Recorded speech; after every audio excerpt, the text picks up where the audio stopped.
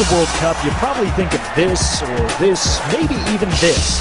And if you really know your stuff, then maybe this guy, or yeah, maybe even him. But what if I told you the most important city for the World Cup wasn't Rio, or even up here in London, or over here in Milan?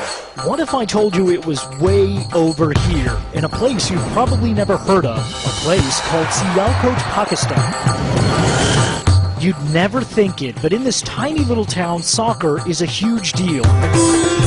It started when British soldiers stationed here in the 1850s needed their soccer balls fixed. They took them to a local shoemaker who eventually learned how to make them on his own. The rest is history.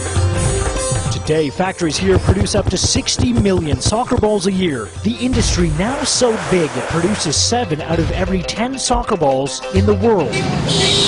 We were given a rare look inside the Adidas factory that produces balls for some of the world's top leagues. Let's go inside, including the Bundesliga, the UEFA Champions League, even MLS in North America. So please do not take photo of these balls. The designs of all these balls are very confidential. Some of the designs are so new, so top secret, we weren't even allowed to film them. But we were allowed to film this. It's called the Brazuca, the official World Cup soccer ball. So what makes the Brazuca so unique? Well, take a look. This is a regular soccer ball, usually made of around 32 hexagon-shaped panels, all of them stitched together. The Brazuca has only 6 panels. They kind of look like splashes of paint, and there are no stitches, only glue to hold them together. The design supposedly makes it one of the most aerodynamic balls in history. Here's how it's made, and please pay attention. The panels are cut, painted, baked, stamped, heated again to 150 degrees, glued, yeah, this part's pretty cool, put together, taped, blow-dried, inflated, put into this globe-shaped thingy, picked, inspected, wiped, polished, and weighed. The process is so precise there's hardly any variation from one ball to the next, and this is why that's pretty cool. So the ball that Lionel Messi will be kicking in the World Cup is the same that somebody could buy and play at home. Yep, it's the same. Same ball, same technology, same materials, everything is the same. Speaking of the same, watch this. Missed it?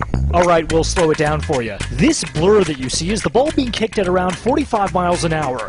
That's about the same speed as a guy like this.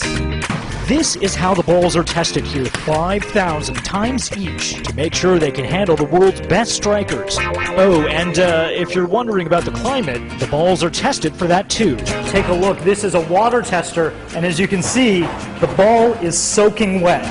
The ball's aerodynamics mean the rain drips right off, hardly anything is absorbed. And to test for heat, the balls are baked for 7 days at 130 degrees. The power this game has, football. It brings whole of the world together, and that is what this ball is. Of course, here in Pakistan, the ball represents something else. It's a chance to change the country's image. Look around. This is a huge success story. In Pakistan, many women can't work, but here, they're 40% of the workforce. Soccer has made this city so stable, it hasn't seen a single terrorist attack in years. Proof that the beautiful game really is doing something beautiful in the place where it begins. All right, now that we've seen how the ball is made, there's only one thing left. You know what it is. Let's see how it performs. Mohammed Leela, ABC News, Sialkot, Pakistan. It took me 8 shots, but I got it in.